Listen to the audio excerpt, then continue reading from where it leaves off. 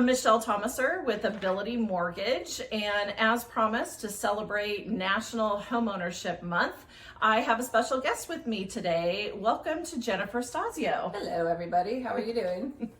Thank you for joining me today. You're welcome. We've known each other forever. A long time. For like maybe 12 years, maybe Could be, we've been yeah. working together. Trinity was about 2, so. Yes, my daughter was about 2 when we first met. And she stalked me. That's how she found me. I did. Invited me to a free lunch. I Who did. doesn't want a free lunch, right? All agents want a free lunch. Yeah. Just kidding. Yeah.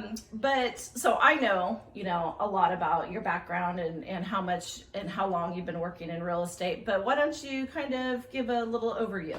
I've been in real estate for 16 years. Wow. Yeah, it's been a while.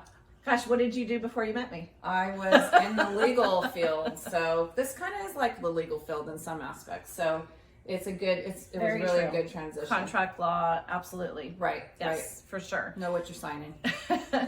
So we got some great information for you guys today, but I do kind of want to start and hit on a timely topic, which today's Fed Day. So the Fed's been meeting for the last 2 days. At the time that we're filming this right now, they just announced that they are going to raise the Fed rate 75 basis points, which is what we all hoped for. I know that kind of sounds counterproductive, that we want the Fed rate to come up, but the problem right now with the reason interest rates are so high is because of inflation. And the only way that we can combat inflation is to raise that Fed rate and kind of get, unfortunately, our consumer spending a little under control, right? Over my head.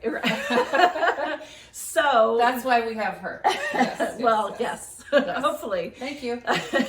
So with that news today, we are hoping that we're going to see a little bit of a relief in interest rates. We'll know a little bit more after the Fed comes out and announces their decision and takes some questions and talks to the press. So there'll be more on that later, but for right now, let's kind of talk a little bit about our local real estate market. So we're here in the Oakdale, Modesto area, and what are you seeing in the market right now? So we just did a check on Stanislaus County. We did month to month. So last month, the first 2 weeks compared to this month, first 2 weeks, 22% more houses on the market now.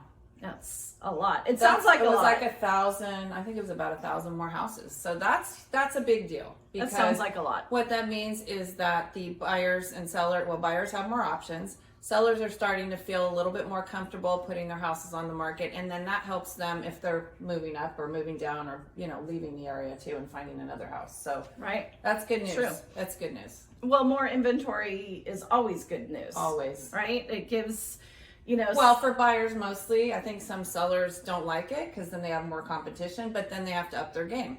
And that's a good thing. Well, and that's been part of the reason why our values have been so high and prices have been so high is there hasn't been a lot of inventory. Right, exactly. So now with some more inventory, maybe we'll see some of the prices come down, which we've kind of already started to see. There's a little bit of softening. I think people are being a lot more realistic about where they're pricing. I traditionally try to go right in the middle, conservative. I'm not trying to get 5-10 offers. And most of my sellers agree with that. We don't want an onslaught. We just want a really good offer, maybe a couple extras as a backup. Smart. Very good. I love it. So in a market as we are in now with some more inventory on the market, what can sellers do to help their listing stand out to buyers? Right. Well, the first thing you want to do as an agent, for myself, I don't know what other people want to do, but what I would not do is skimp on the presentation. Don't start cutting your marketing budget. That's not something you want to do.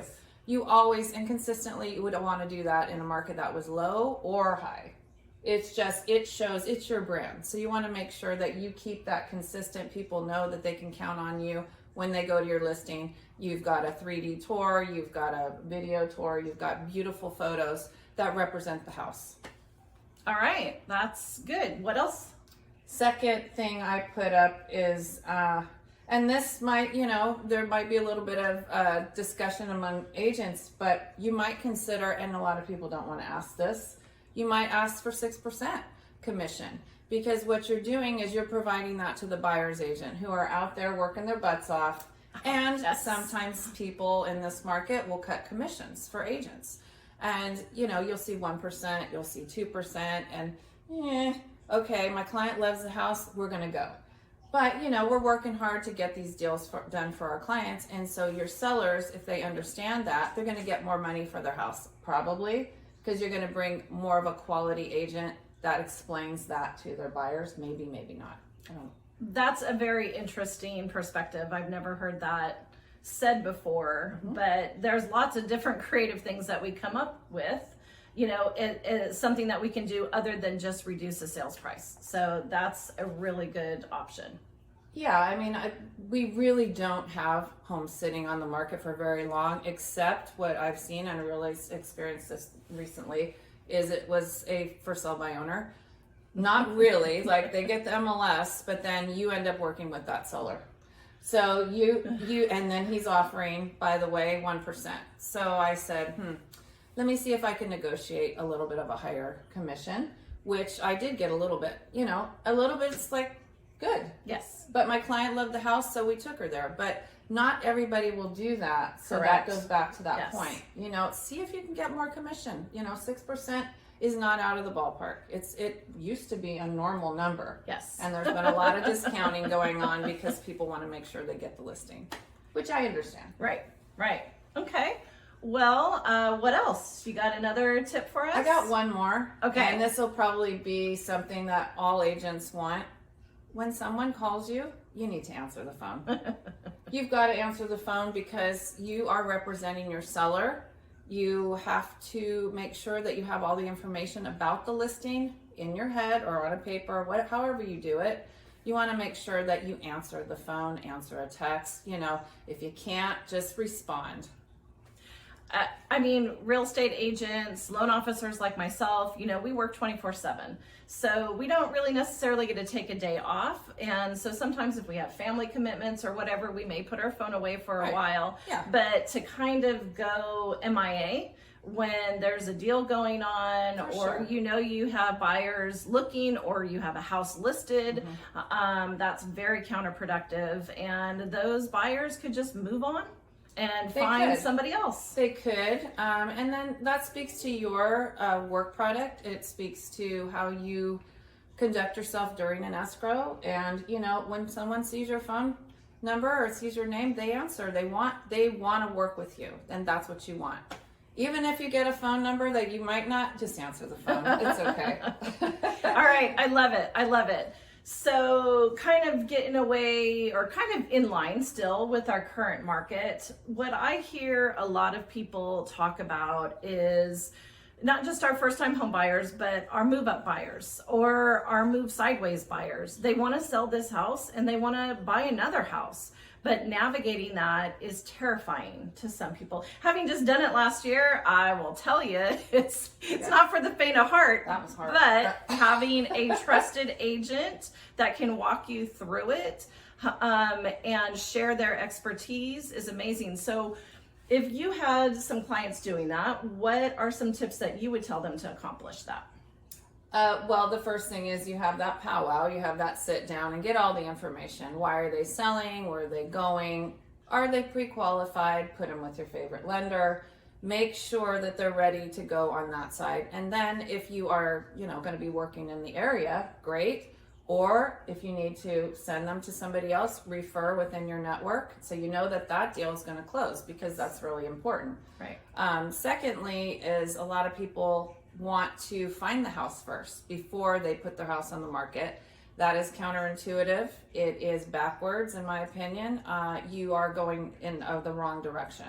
You need to, as a seller, be prepared, have your house tight, ready to go, so that when you do make an offer, you can at least say, yes, it's on the market.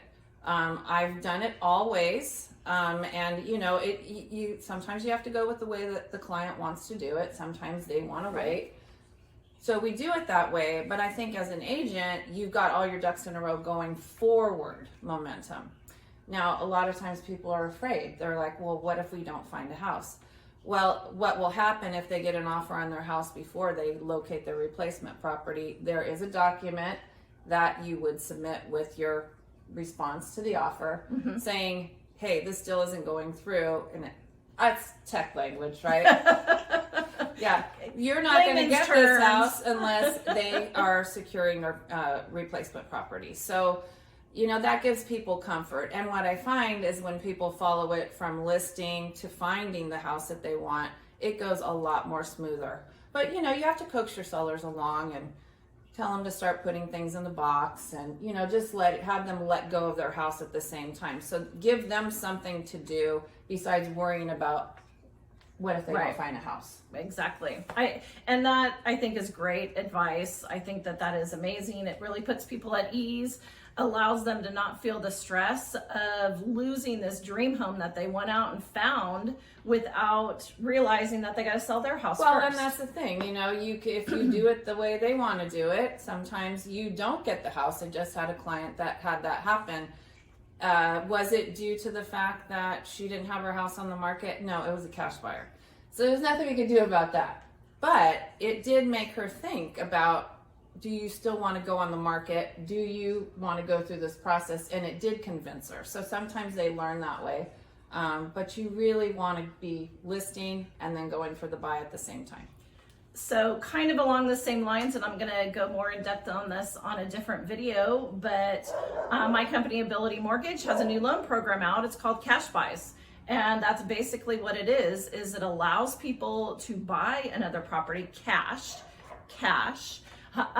without selling their other property. They can sell it later, and we can close on a purchase in 14 days. That's amazing. No contingency. What? And right? And that's then, a really good opportunity. I know. It's a brand new program to us. We're still learning about it. But I promise there'll be more information on that soon. It's great. Okay, so let me ask a quick question though. Is that going to go then, well, why can't we just buy the house before we put it on the market? That will be up to you. Yeah.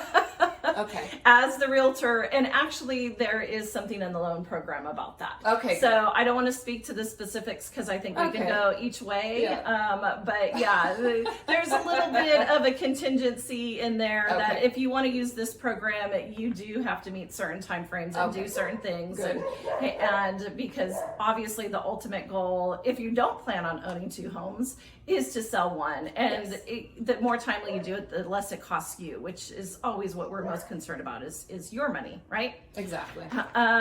So anything else you want to add? I mean, this has been great information. No, I think we've covered what we've discussed, and give this lady a call. Get ditto. Qualified. I do want to leave it just with one thing. Earlier this week, I saw a video with Dave Ramsey. Oh, okay. Who we all know very is trustworthy, amazing. Source. Yes, he's just a super, super smart guy. And in this video, he's telling people to buy a house right now. You hear all the media saying, don't buy right now, don't buy right now. Recession is coming, which, likely a recession is coming, but a recession is not a bad thing. People still need a place to live. Well, they will always need a place to live. Yes, and look at where our prices and inflation and everything are. A recession will bring things down, which we all kind of need. A recession could be a very good thing going forward. But with rents, but I like it. But with rents where they are, Dave's got some strong points. He's got some solid points about why you should buy right now. I'm going to put a link to his video in the comments. If you're interested in it, give it a listen. It's good stuff. Good. All right. Great. Well, thank you very much, everyone, for your time. Thank you to Jennifer Stasio, You're welcome. Realtor extraordinaire, for joining me today. I do love her. I love her too. And you guys have a great day. Thanks for listening. Bye-bye. Bye.